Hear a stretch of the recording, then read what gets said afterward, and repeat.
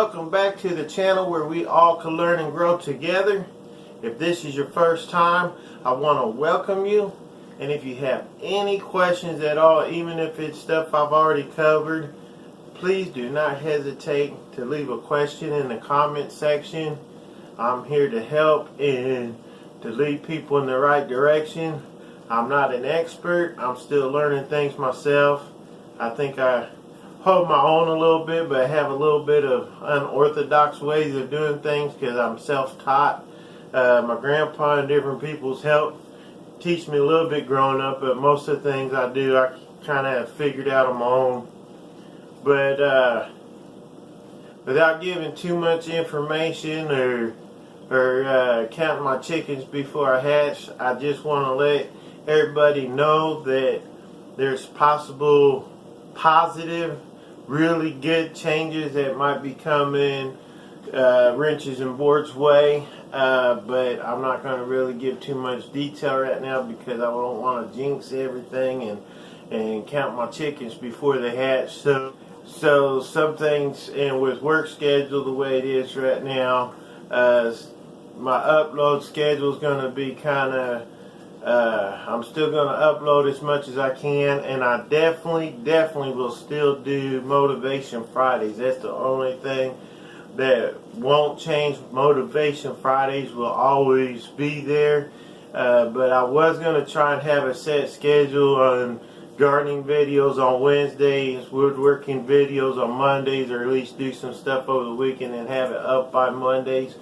And right now, due to weather and having to work with weather and also being able to meet obligations that I have here around the house and with family, being able to stick to a strict schedule is kind of it's kind of hindering things. So what I'm going to do is I still want to upload as much as I can and keep you engaged and also be engaged with you guys.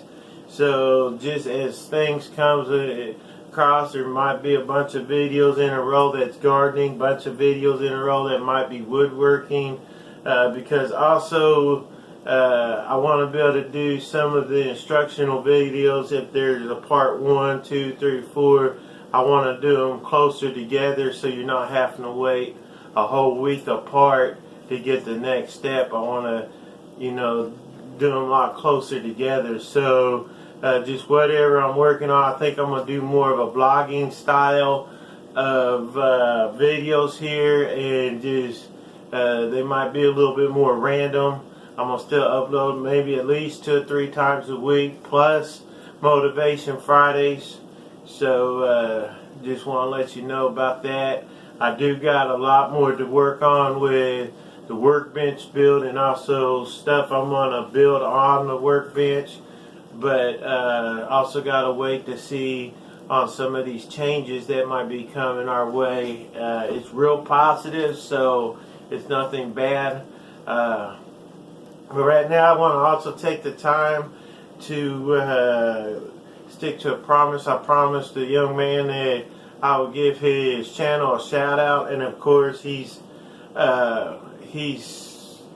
supported this channel since after I started not too long ago, and he's left me a lot of positive comments, and I've been supporting his channel. He's a real young man and he likes automotive stuff, so if you like a channel that's geared to automotive, I think his recent video he did on things that a car enthusiast should have, and he hit a lot of points on the head. A lot of the stuff I actually keep in my vehicles also. So if you want to check out a channel called J&J Garage, he's new and he's starting out just like me.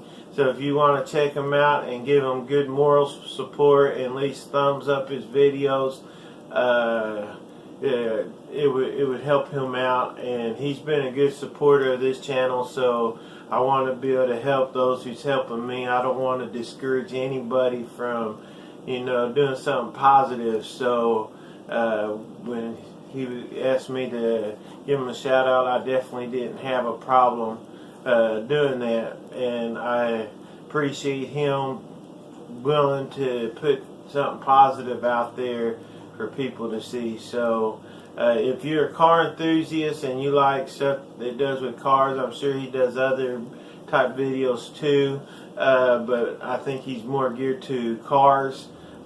Jay and Jay Garage, I will try my best to leave a link in the comment section. But right now I want to get into another question. Someone who watches my videos but hasn't really left a comment was wondering about a tool belt that I wear underneath my apron, and they kind of sent me a message other than YouTube. So I think they want to be, they don't want me to mention their name, but I really want to thank you for watching my videos, and I hope you see this. I'll try and send you a message so you can see this, but underneath my apron I wear in my videos, and I don't do that just for the videos. I didn't go out and buy an apron just so I could start making videos. I actually really, even long before I start making videos, I really enjoy wearing an apron. Sometimes I can keep my pencils in the pocket up top and different things, and it helps. Even though I wear clothes that I'm going to expect to get dirty in, it still helps me keep those clothes a little cleaner, especially when I do glue ups. But since, even though I have my shed where I keep my tools, it's easier for me to set up outside of my shop and do my woodworking outside. That's why weather plays a big factor in most everything I do, because I'm an outside type person. But so I'm not having to keep going inside for basic essentials, and I can keep going. I keep me a small tool belt. Now this here I call as my prototype, because eventually I would like to get into leather working. Is kind of a goal of mine. I like to try and learn how to do that. I've never done any type of leather working, period. And but I think it'd be cool to make what I got here into leather. But I kind of like to do it myself. There's some places I could go and custom make one like this. I just think it'd be cool if I could spend the time, even if it's a slow process, if I could eventually make this out of leather. But I got this tool belt. It's just for when I do basic woodworking. I got a separate tool belt with suspenders and all that when I'm kind of helping out around the house doing home improvement stuff. But since I don't get paid in the trades, I'm not really worried right now about carrying the nicest of the nicest of tool belts. In fact, I didn't even know if I would like a tool belt, so I went the cheapest of cheapest just so I could see how it feels, how I like it, and if I like doing it or not. And if I'm not, I know some people who's willing to use this stuff, so I went ahead. But I actually found a setup that works for me, and all this is where this is not going to move around no more. I actually used an epoxy and epoxied all this. There is something leather here, but I got more of these, so I didn't mind using this on here to hold a multi-tool, because the one I keep on me all the time, this gets cumbersome having that on my hip and then having the tool belt. So I just made a way for one of these to fit on my tool belt, and then I could just take my other one off while I wear my tool belt. But I can still have one of these multi-tools that I really love. But everything I'm going to show you, I do not keep in this all at the same time. It depends on the application I'm doing. If I'm just marking things up and getting things laid out for me to cut, basically I'll just keep a couple good carpentry pencils in whatever square I'm deciding to use at the time. And that's pretty much it, because you're just marking and gauging it. I'll keep a tape measure also. And then depending on where I go from there, if I'm doing assembly work, if I'm going to use screws in my screw gun, I don't really worry too much of keeping a hammer, but sometimes to help knock things in and you're using clamps to get things into position, it's still good to have a hammer to bump. But if I'm not really doing framing work, I'll keep this hammer in my tool belt. if I'm doing framing work, I'll go with this heavier hammer. But it's either one or the other. I don't keep both on me at the same time. It gets too heavy if you do that. And some occasions, not all occasions, and just depends on, because I do got a bench vise in my shop, so sometimes if I'm in there to do some hand planing, I'll just leave my hand planes in there. But sometimes if I'm having to do it outside the shop, just when I know I'm going to do the hand planing, I'll keep this little palm planer I restored. It's not a proper restoration, but I just made it so it's usable, and I'm not afraid to rough it up a little bit because it kind of has some character. But it does work really well, and I really love this little palm planer. It's one of my favorites. And then another thing I will keep in here all the time, because I'm always finding myself using it, is a little cheap Stanley little trim planer.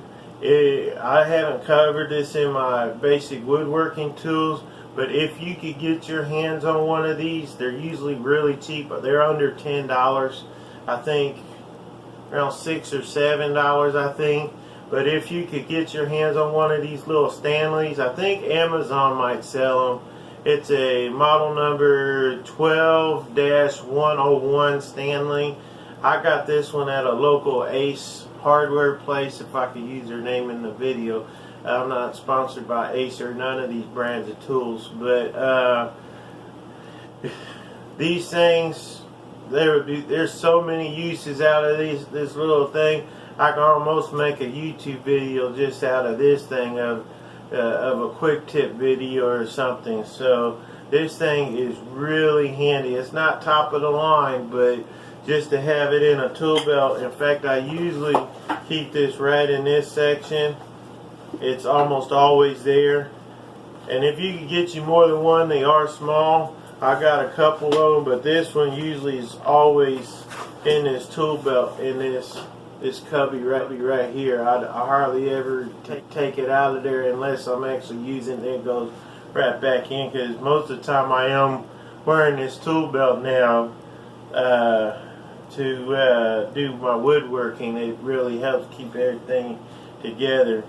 And so other things I keep is different squares. I don't carry all of them at the same time. It just depends on the application. I may have more than one, but I don't have exactly all of them. But most of the time I will, about 80% of the time, I will have one of these speed square. Now my backup to this one is this other, I think this is an Imperial brand. It's a metal one also, but I really like how the lettering on this one is black with yellow, is very visible. And just doing basic yard furniture, if you're making a dog house or a picnic table or yard swing, or like the workbench build project that we've been working on around here, this is an excellent square to use. I don't know everything about what this square can do. I've kind of just scratched the surface with it, but this square, most of the time, 90% of the time, it's in this part right here, either facing this way or facing this way. This is probably the biggest way it faces. And then the other thing I keep is one of my tape measures. I don't have a preference, but usually if I start a job with one tape measure, I usually like to finish it all the way through with the same tape measure. It's just a personal preference of mine. But this is one of my main ones I use. I also got another one here. But most of the time I just have a normal tape measure, and it goes in this slot right here. And most of the time, between a carpentry square, one of my hammers, marking pencils, a little knife to sharpen my pencils with. This is the basic bare bones of what I would keep on this specific tool belt, because with this you don't really want to weigh it down with a whole lot. And if I need other things besides this, I start playing a swapping game with it. I also do sometimes, if I'm using my power tools, I'll keep this machinist square because it helps me, especially when I'm cutting an angle and I need to reline my blade up where it's straight up and down. I could use this to make sure, because I don't trust my saw stops, so I use this here to make sure that I'm back perfectly at a 90. And this sometimes finds different homes, but usually I know where I'm putting it. Usually I could get it pretty good. And also some occasions I'll use these nail punch to bury a nail in, and can use some wood putty if I'm just nailing something instead of using screws. And then sometimes I'll keep beater chisels with me, but sometimes if I'm putting some of this other stuff on there, other things is coming off of here, because keeping this as light as possible, I've learned the hard way that you don't want. I tried to just put everything on here, and man, give that about 10 minutes and you're not gonna like it anymore. But I do sometimes have a combination square I use. And like I said, sometimes other things that come off. So normally if I'm using this, my speed square come out of here and then get replaced with this. But I got a slot on here that's designed where I can put, I hope I'm putting all of this in the frame here. But I have a slot where this could be held. Also a crow's or eagle claw or cat's paw could fit in this slot too. But I got another tool belt. If I'm doing stuff where I need cat's paws and different stuff like that, I got a different tool belt, so I don't mind putting this in there. But usually this one will come out of here if I'm using that.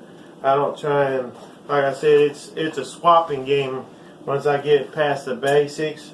Another square I would use, and it has a level on it, so it's kind of cool, but I also got this kind of a carpenter square that I'll use. And again, it's just one or the other. I don't try and have them all at the same time anymore. And same thing with my hammers, it's one or the other. I do got 2 hammer holsters on here, but it's just because I don't like the way this hammer holster is that came with it. So I bought a different one and placed it where it's easier for me to grab.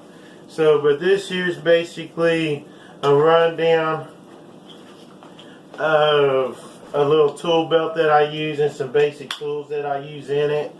I will also, there's a pouch right here that allows me to keep, like if I'm using screws or something and I want to keep them with me, there's a little pouch right there. I could keep screws and stuff. On these type of boxes, usually I'll try and run a piece of tape around here and then cut out this section, and then you slide it in there, and then this is open for me to grab the screws out of there and screw or nail away depending on what I'm using. So that's basically that on my tool belt. I'll probably do a video later on my other tool belt. I use more of the power tools, and I got a holster for my drill and different things, but I actually got suspenders with that one because it's real easy for me to get that one weighed down. And it's nothing, again, professional. It's nothing, in fact, it's kind of a Heinz 57 like this thing is, a different brand of stuff made into a prototype. And as long as they keep working for me, since I'm not really getting paid money doing trade work, it's just for around the house and they don't get used every day. And the fact I was just doing it as a trial thing to see if it would work for me, and I don't got a whole lot of money involved in this, it really helps me out. So I appreciate you watching, and I do want to give one more additional shout out to a channel that's gave me at least 2 or 3 shout outs on his channel, and I really appreciate it. So I'm going to give him a shout out back as my appreciation, and it's a channel called I Hope This Works Homestead. If you're not already subscribed to that channel, give him a look, and I really appreciate him for giving me some shout outs. And also Old Camp Ranch Homestead, he's giving me a couple shout outs, and I just want to give him a thank you also back for shouting me out on his channel. I hope you enjoyed this video, and see you in the next one. Thank you.